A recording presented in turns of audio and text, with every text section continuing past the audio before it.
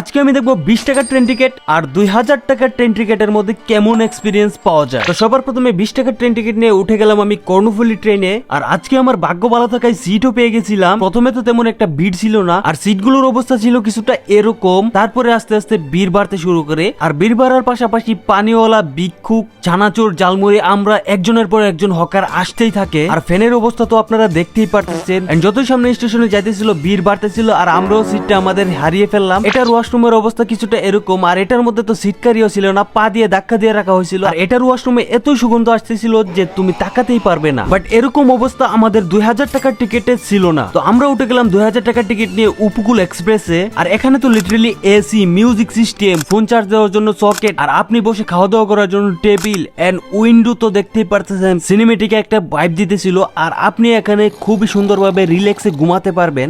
এটার ওয়াশরুমটা খুবই ক্লিন ছিল, এখানে একটা বদনাও দেওয়া হয়েছিল এন্ড সুন্দরভাবে পানিও আসতেছিল। আপনি কমেন্টে জানান কোন ট্রেন দিয়ে আপনি সবসময় ভ্রমণ করেন।